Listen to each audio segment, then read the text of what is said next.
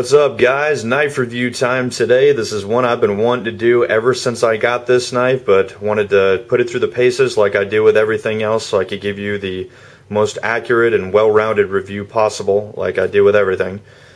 This is one that I received as a birthday present, actually, from my incredibly awesome girlfriend, so thank you very much for that, sweetheart. This is definitely one of the best birthday presents I have ever received, and I actually, guys, I did not tell her anything about this knife. I'd never even mentioned this model of knife before, never referred to it. She knew I like Benchmades and stuff, but this never came up in conversation a single time. She went out and did her own research on YouTube and watched some videos, and it was actually Keelan, Edge Weapon 88's video, which pretty much sealed the deal on this, so thanks so much for that, Keelan. I appreciate that.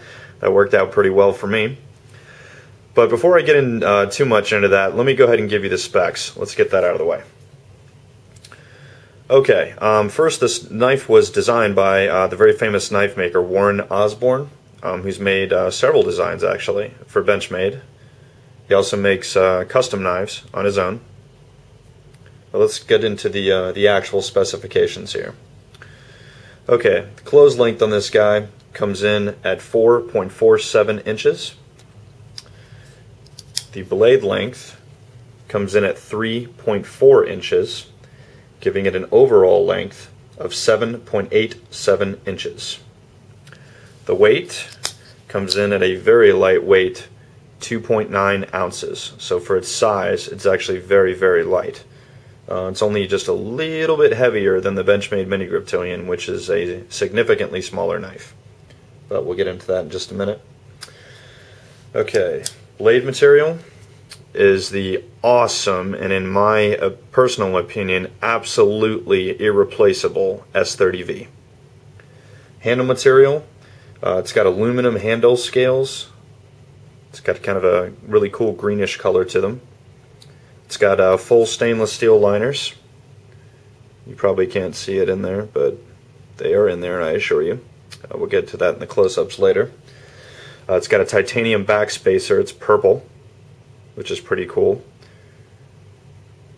Something I haven't heard anyone mention on this, and I really find it hard to believe that I'm the first person to notice this. Okay, so the knife designer is a guy with the last name of Osborne, and the colors on this guy are green and purple. I may be exposing my nerd side here, guys, but the first thing I think of when I hear Osborne in green and purple is Spider-Man with the Green Goblin, because the character's name was Norman Osborn. So I just thought that was a little cool piece of trivia I'd throw in there.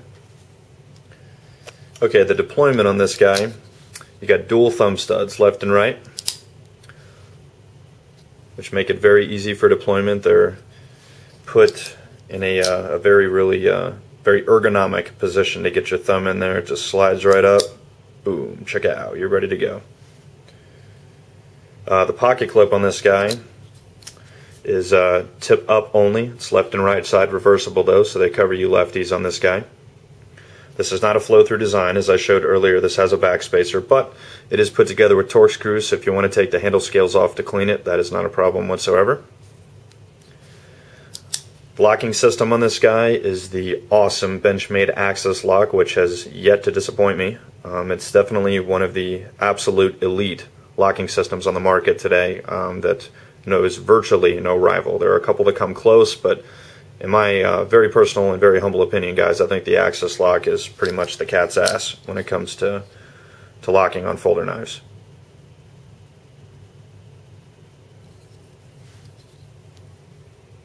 So you can see the pocket clip is coated.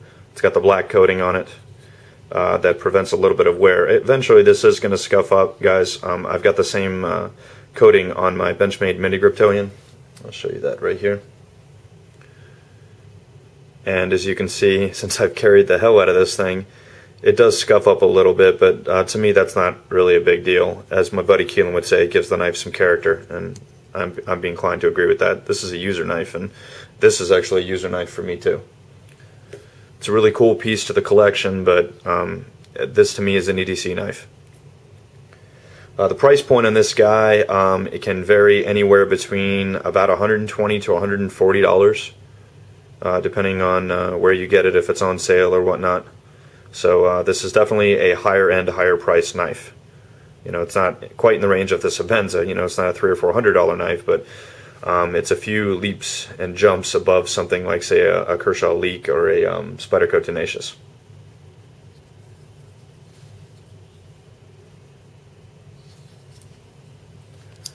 The deployment on this guy is very smooth. I really can't say enough good things about that with this axis lock. My mini Griptilian also has the axis lock and is also very smooth on opening, but this guy, it's just so, the best way I can describe it is positive when it opens. It just kind of rolls into place with authority, and when it locks up, it's just amazing. I mean, you don't even need to use the thumb studs. You can just flip it open, flip it closed, flip it open, flip it closed. It's that smooth. One very minor criticism that I would have to give on this one would be when I got it, the blade had some blade play, and I went ahead and tightened it up, and it took care of the blade play, but the problem was when I opened it about a dozen or so times after that, the blade play came right back. So of course I tightened it again, and it just seemed to kind of be inching the pivot screw loose each time. Really simple fix for that, just a little bit of blue Loctite, you know, got it to the position that I wanted it to be in, you know, a good compromise between opening speed and lockup, and it's stayed put ever since. The only reason I'm going to give that a little bit of a hit, guys, is because when I got my Benchmade mini Griptilian, I have never had to put Loctite on this, and this is like the standard for me as far as lockups are concerned. I mean, this locks up so solid every single time, and the blade opens so smooth. As far as smoothness is concerned, I would put it on par with this. They definitely feel different when you open them, but the smoothness factor is definitely there. So that, again, that's the only reason I'm giving this a little bit of a hit, guys, is because this is a lot more expensive than this. So I just didn't expect a knife of this caliber to have to do that. But again, it's not a big deal, guys. You know, putting Loctite in something is not a big deal at all. Here's the carry view, guys. As you can see, it rides pretty decently low. Doesn't stick out too much, and it's not totally invisible. I think it's definitely acceptable. You know, not quite as low as something like the SOG Flash 2, and doesn't stick up as much as something like a Kershaw Leek. But that's pretty good, man. It's a really good ride, really slim, good stuff. Let's give you the front row seat action here. You can see the smooth handle scales. That really cool purple back spacer.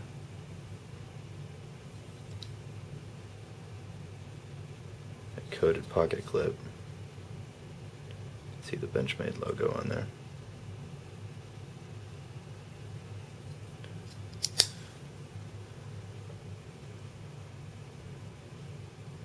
Benchmade 940. Osborne design, S30V steel.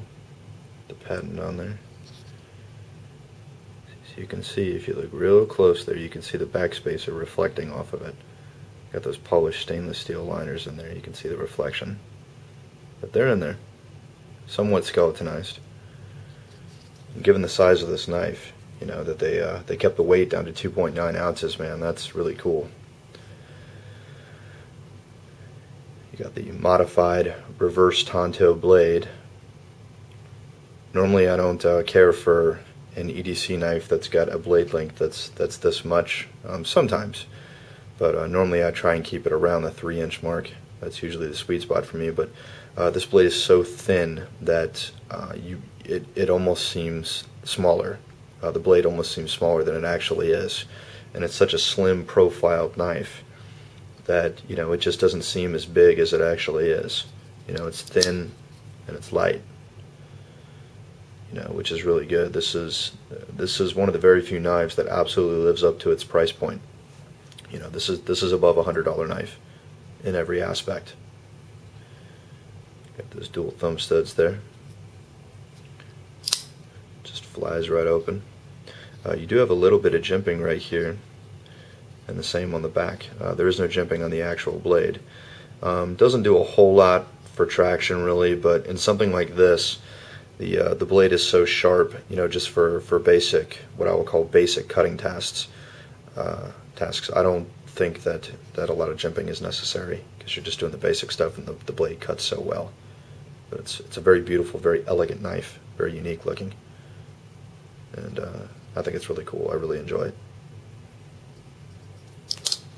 Okay, and the deployment on this guy, really smooth, whether you do it slow or you do it fast. Just flies open, effortless, almost no friction at all. Just really cool blade. There's the Benchmade Mini Griptilian, Spyderco Sage 1, SOG Flash 2. As you can see,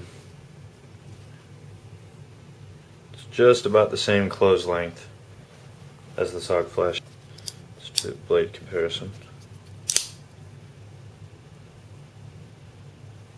Pretty damn close. It's the Kershaw Leak.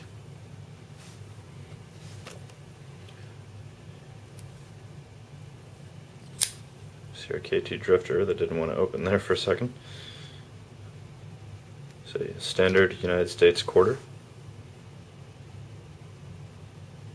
The Blackberry Tour. Let's see how the S30V blade steel does.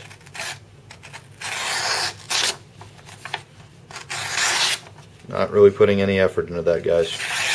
Just going right through it. There we go.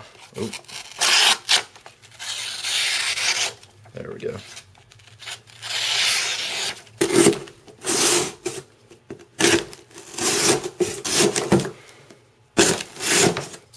In conclusion, guys, I think the Benchmade 940 is an absolutely outstanding EDC option. This is my one of my absolute go-tos as far as an EDC is concerned, especially with Benchmade. I think it would come down to this and the Mini Griptilian as far as my two favorites from those guys at the present time, based upon the knives I own. The blade steel is great. I have not had to sharpen this yet. The weight on it is great. The blade length is great. The blade shape is great. I mean, this is just a great knife. Yeah, again, this is a little bit higher on the price point side. You're going to pay over $100 to get one of these, but in my opinion, this is worth every penny. This is one of the, forgive the pun, but benchmarks from Benchmade as far as what makes a good EDC knife. It doesn't really get a whole lot better than this design. This is one of the paramount designs for what makes an EDC knife good. You've got a really great cutting edge, really thin blade shape. It's got nice thick blade steel on it. It's over 1/10 of an inch thick. It's a nice long blade.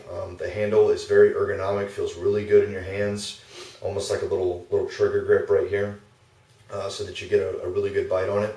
It's just a really great option. It carries really well. It's lightweight, so it doesn't weigh your pants down, and it's just, you know, all the function stuff aside, it's a really pretty knife. You know, it's really good to look at. It's elegant, which to me is a bonus. You know, aside from being a knife user, I'm also a knife collector. And you know, this is something that looks really good in a knife display stand. It's really easy on the eyes. So I'd like to thank everyone so much for watching. I appreciate all the comments and feedback and new subscribers. Guys, I'm having a little bit of trouble with my YouTube account, and from what I understand, talking to some other YouTubers out there, I'm not the only one. I'm not getting emails. I'm not getting emails telling me that about the new subscribers. You know, so and so is subscribed to your account. As you guys know, I always like to go to your page and thank you for your time and check out if you have a channel. But unfortunately, I'm not getting notices on how to do so, so I don't know who's subscribing to me when. I'm going to contact YouTube and let them know about that. But at this time, you're just going to have to accept my sincere thanks on camera that I definitely appreciate all of your time and all the new subscribers. And welcome to the Mr. Jimbo Fox channel, and I hope you're finding these videos entertaining and informative. So as always, guys, thanks again for your time. Stay fit, stay strong, stay supreme. Take care.